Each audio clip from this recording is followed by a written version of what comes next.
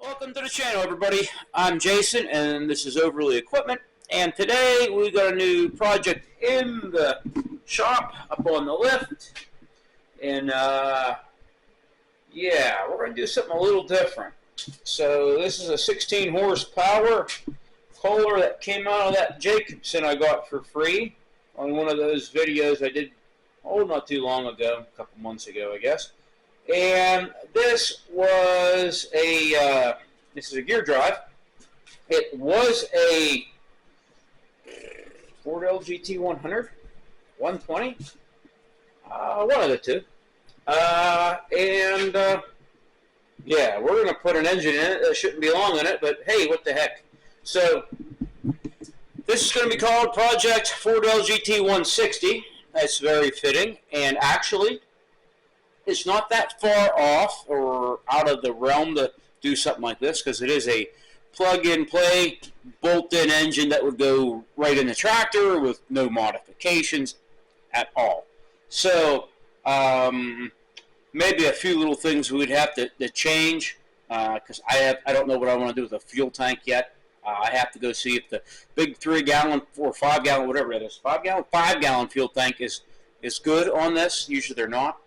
I may have to swap some the engine bracket that goes from up over top for the holds the fuel tank. I may have to swap that to a 2.5-gallon tank. I'll have to figure out a muffler and a couple odds and ends maybe, but really it's just going to plug and play, bolt in, everything's going to bolt up real good. And they made in the 80s, after Ford left Jacobsen, so to speak. Jacobsen still made the tractors. They still made the close-sided, like from 77 to 83, everybody is very familiar with. So, in 84 or 85, they went from like the 1600 series. They went natural. Well, let's start over. In 77. The Ford LGT's close-sided, right? Still had the 100 to 120, 125, 145, 165, and 195.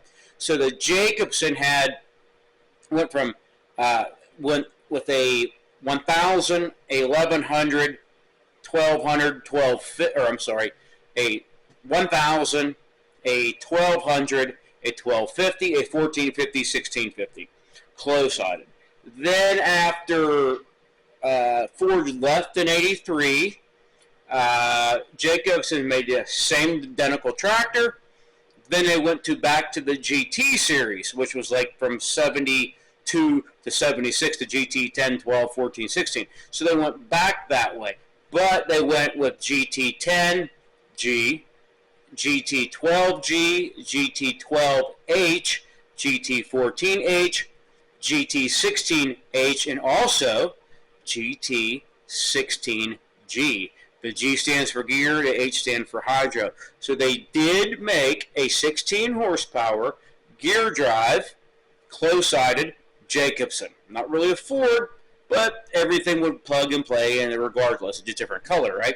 So technically, I'm not that far off, but what I am doing is a Ford, and yep, we're going to restore it.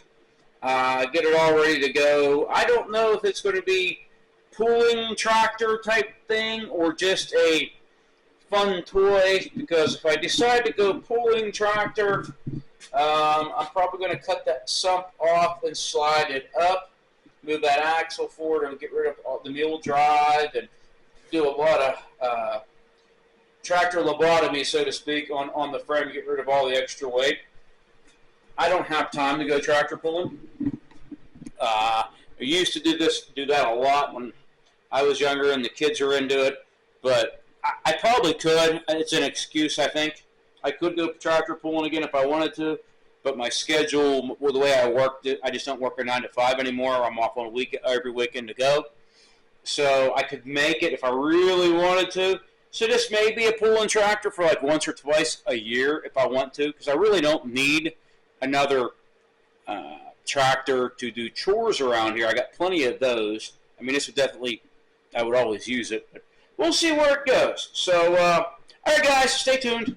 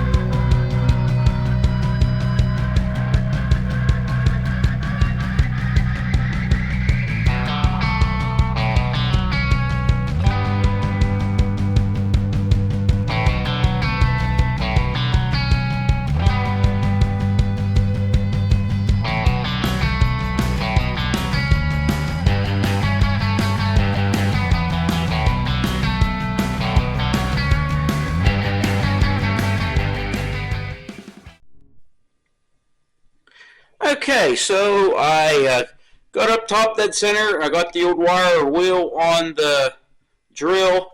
I did do the footage, but then I found out it wasn't recording on the microphone, so we didn't have no sound. But it cleaned up really well, and I think we're going to put a head gasket on it, clean the head up, put it together, and down the road we go. Now, where's the old head? So here's the old head. We're going to just clean that up, and we're going to throw that on there. It ain't bad at all. I got that sandblasted milled head, but that's going to be for if we decide to go pulling tractor. So we're going to clean this up and continue on with this project.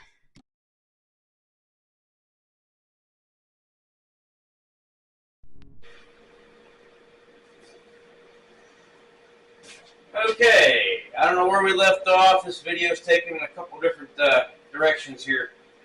We're doing some electrical work, and the voltage regulator underneath is a pain. It's rusted, and when I go to repaint this or restore it, I'll take it off. But in the meantime, this is a closed-sided Ford LGT voltage regulator, and we're going to make it work because this is the same style engine as the 7783. And we're going to get my Dremel tool. We're going to cut that out and put that in place. So all I'm going to do is trace it in a good spot.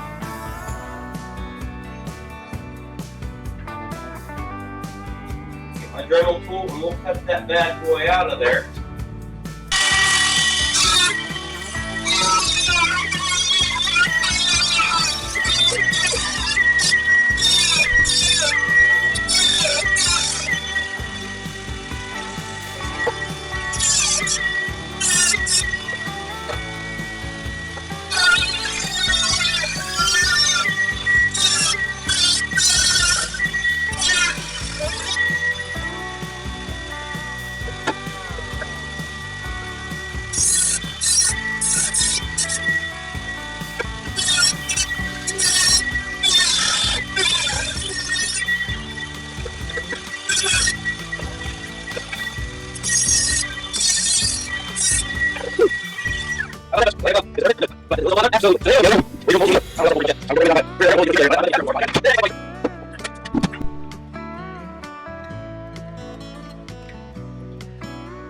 Okay, so we've got our the self-drilled screws, so this way they ground good.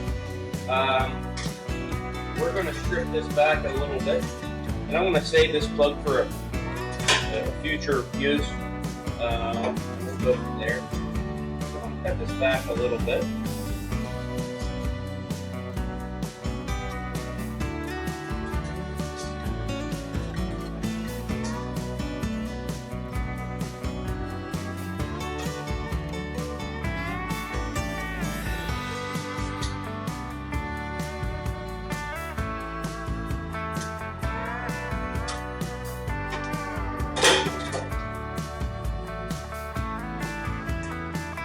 Now, as you see, I got the two wires out. Now, if you have messed with these tractors before, low-sided, these always come with a cut orange wire if you had a motor swap. For whatever reason, when I built the harnesses, the orange was tied in to this, but it went through that plug. So you'd have to remove this to get it out of here, right? And a lot of guys would just cut it and rewire it later, which is, you know, nothing wrong with that. I've done it myself just to get rid of it. But you pull this coming through the back side, pry that little tab out, pull this out, because this part of the harness would stay with the tractor, and then this would be back through the alternator. But we're going to save this for later, and we're just going to wire up our own, and we're going to use these shielded spades so we don't ground nothing out.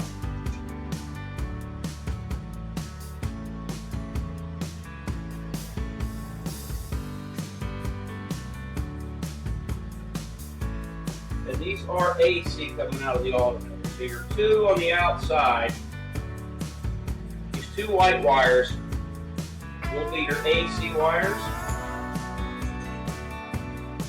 And then your center one, the orange one, that is your DC, where it goes to your battery.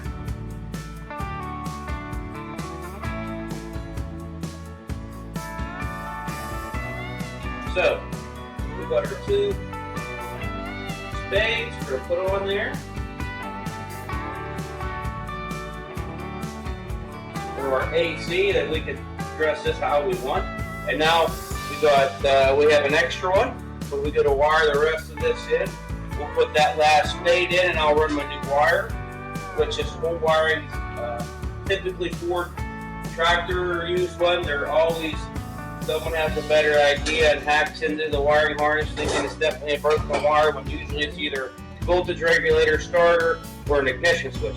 Very rarely does a wire go bad sitting there unless you get the nick in it, but they're always taped up, and unless they rub against something, the wiring harness is never the issue. It's always the part on the end, but for some reason people think they have to cut into it and think it's on a bad wire. Now, I've seen this multitudes of times. I've been in this business doing these tractors many years, and I've seen all kinds of wiring hackups. Okay, so speaking of wiring hackups, there ain't much. There's not too much in there. It's a mess. This guy had this universal plug on there, which I'm going to reuse because that'll fit the original starter key switch. But we're going to have to go through wire per wire, and we will connect all this up, and we'll go through it. I'm going to do the work, and then it's probably going to be easier to trace it out because we're going to replace the starter relay down underneath there as well.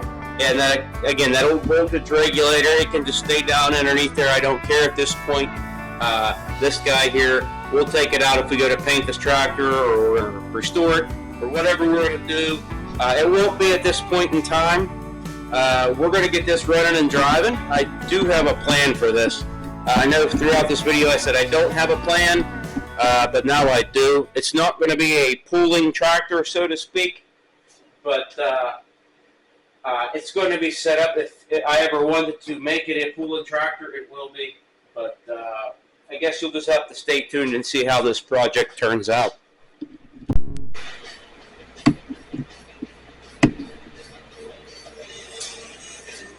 Okay, we'll try to demonstrate some wiring, and hopefully you can see it. Now, on all these ignition switches, good ones anyhow, will give you letters next to each terminal.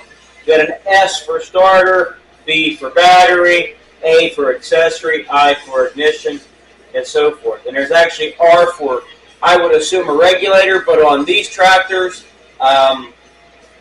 or something else maybe, it's not used.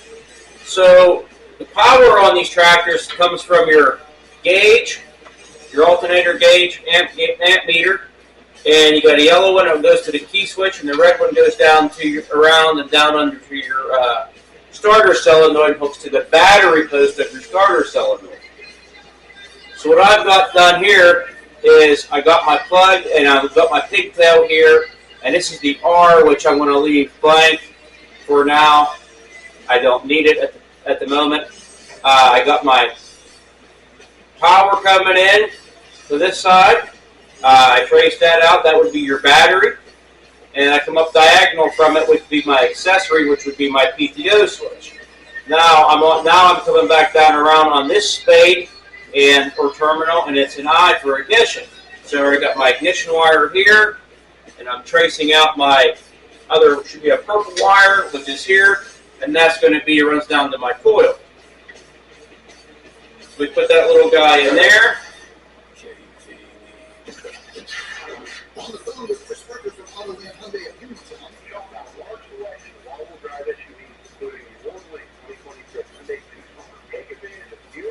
Now these are all crimp connectors. Now you can do heat shrink and all that, which is a great idea, or solder, which would even be the best. It would be a good soldering idea. So now I come down to my bottom terminal, which is my starter. Now there's two wires coming out of this, which is fine. What I'm going to do is trim them both back at the same time. And I'm going to strip them both, tie them together, put a spade on it, then run that down to my starter relay. Being that there's two wires, we're going to use it. Like I said, this ain't the right plug. I think it's just a universal plug for who knows what, NTD, whatever they had going on. So this is going to go down to my starter relay. Now I have a actual wire with an end on it. Now I'm looking, give me a minute here. Remember using it out of the harness, seeing it out of the harness, that works up to it. I actually had a wire from the original harness that was in decent shape to use.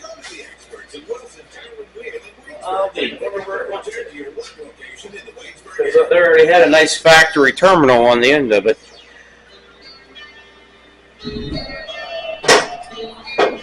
No, interesting. Well, it's probably in another dimension, like anything else in all my other 10mm sockets that I've bought.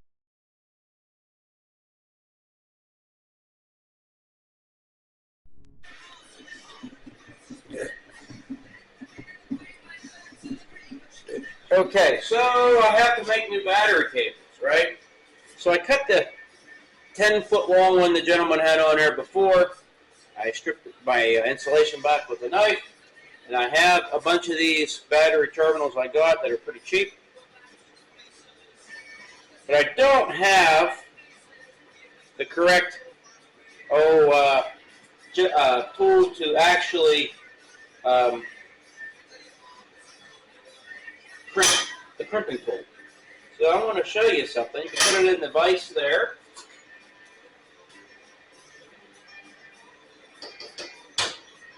Get a mark on it.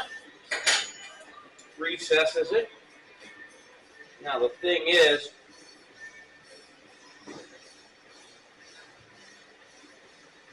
got your little dimple. I put this in here. I turn it onto this side here. You almost need 3 fingers, but it does work.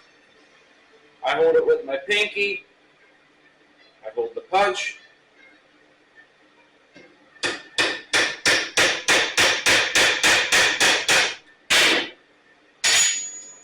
Flip it over. Because you want it, you don't want to just squish it with a vise. You actually want that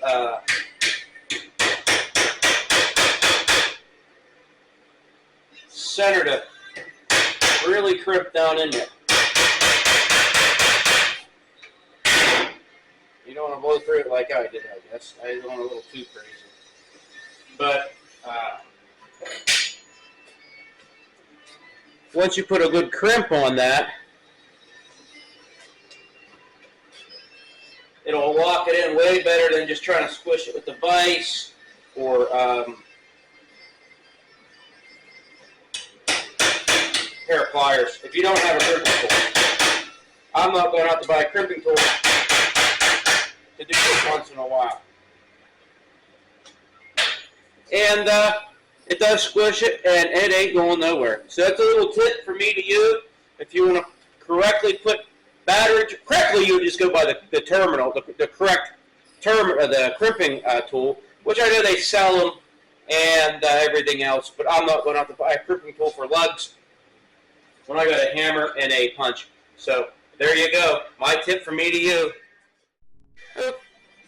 All right, so let's go over the wiring here. We're all complete and ready for a little bit of a tickle on the starter. So we're coming out of our alternator, up through here, AC. This is our battery. It runs back through the wire up here, and it ties to the battery switch.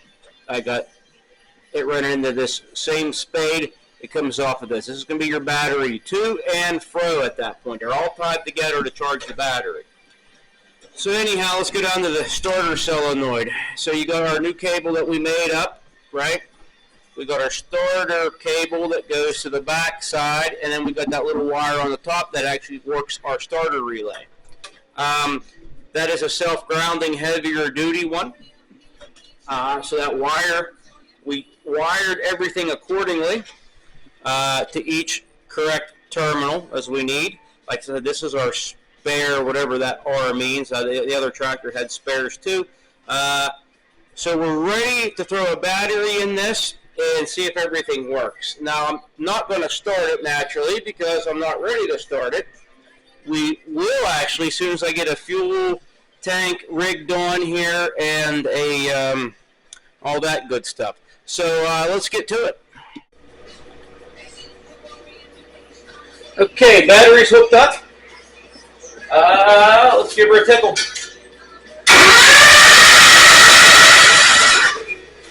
Didn't have a doubt in my mind. All right, let's get the fuel hooked up and see if we can get this old bugger to light off.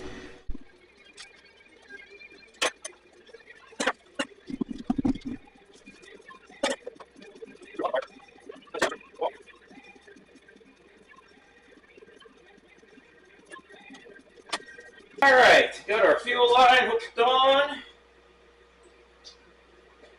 Push the tank out. And it's going to be super loud, so plug your ears up. Let's see what she does.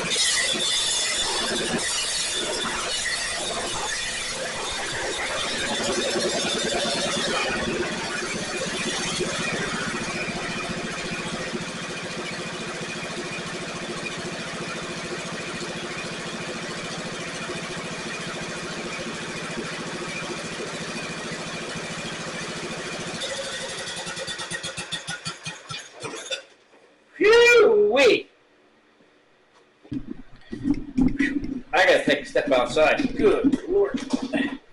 Well, she smokes, which I sort of figured it was going to, but not real bad. But they could be just because the rings have been sitting there for a while. The edge has been sitting there.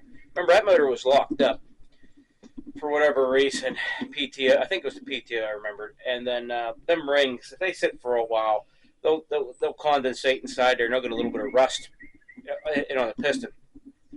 So it may quit smoking as it goes on, because if you remember the LGT 145 in the last video, the one with the broken axle spindle, that tractor I bought a couple years ago, and it smoked just like that. And the more I changed the oil and the more I ran it, the rings freed up and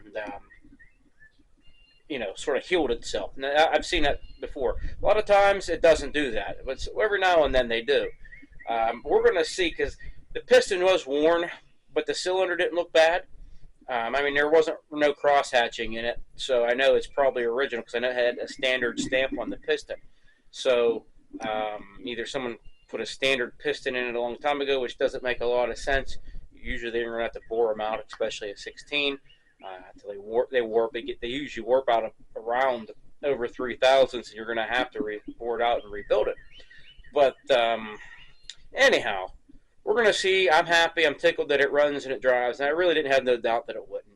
You guys seen me pull these things out of the weeds and throw these things together, and just another one like that. So I'm going to put a tire on this. One tire is completely dry rotted, so we want the smoke clear out of there first, and then maybe we put a tire on this thing and maybe take it for a quick spin around here, and then we're going to start tearing it all apart to get ready for we're going to turn it around. We got some modifications to do, and I'll bring you guys along with me with these modifications. So stay tuned. Let's see what we can come up with.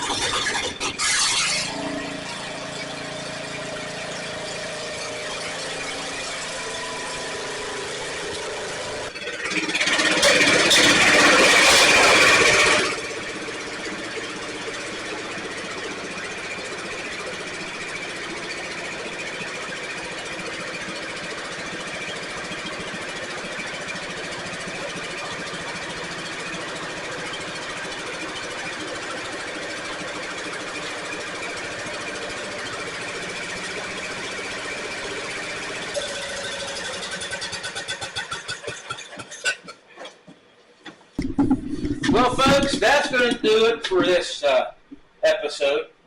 We're going to label this one number 1, Project Ford LGT Mini 9000. It's a little sneak peek of what we are going to do with this old girl. I do believe this is going to be a sister to the Mini 96. So it's sort of like going to be a hot rod to the point where I can still use it. And like my wife always said, why do you get rid of all the nice ones and the pretty ones and the ones that are good, and you always keep the ones that are junk? Well, I make money on them naturally, but now it's to the point where I'm not worried about it. Now it's time to have some fun. So like that Mini 96, which is a fun one we kept, and all the other pretty ones. If you go back that was 5-6 years ago. You go back into the video on the channel there, and you look at that Mini 9000. I painted that one up for a customer and I sold it. Well, I'm going to do the same thing with a little bit of different flair on that one. This one's going to be a gear drive. It's going to be set up a little bit different. So technically, I really don't need this tractor for anything. All the other tractors I got do their job. The loader tractor, the 125 that I mow grass with, even that 145 I got the GT12 that has a dedicated snowblower, and I got the Bollins. So it's like, I don't need this. So I thought, let's go over the top with this one, paint it real pretty, put some bling on it, and maybe take it to some shows here, and rotate it in and out of the shows. So other than that, I'm happy. I'm very happy that it runs, it drives, it started with no issues. I had to take it for a quick ride up the driveway in high gear, and wow, does that 16 horsepower make it zing. Like I said, the biggest engine that came in these was a 12 in a gear drive. So going up 4 horsepower, it makes it go. And that's not even wide open throttle. That's just when it is wide open, but that's not. I still work in the governor with 2 holes up on the governor arm. So it's really limited the RPM, probably 3,400 RPM. That's not even hitting 36. So we can even crank that up, or I can't lead on too much what I'm going to do. You'll just have to wait and see and keep watching. So anyhow, everybody, thanks for subscribing. And if you haven't, please do. Hit that share button as well. It really helps out the channel. Hit that like button and all that other good stuff. And I appreciate all you guys and all the comments. Hope you learned something, because I do every time I do one of these videos. There's something that always rejoggers the memory, or I forget something, or whatever, or you know how it goes. So you're always learning something every day. In every video, I learn something new anyhow. So hope you are too, and I hope you're liking the videos. All right, guys, we'll see you on the next one.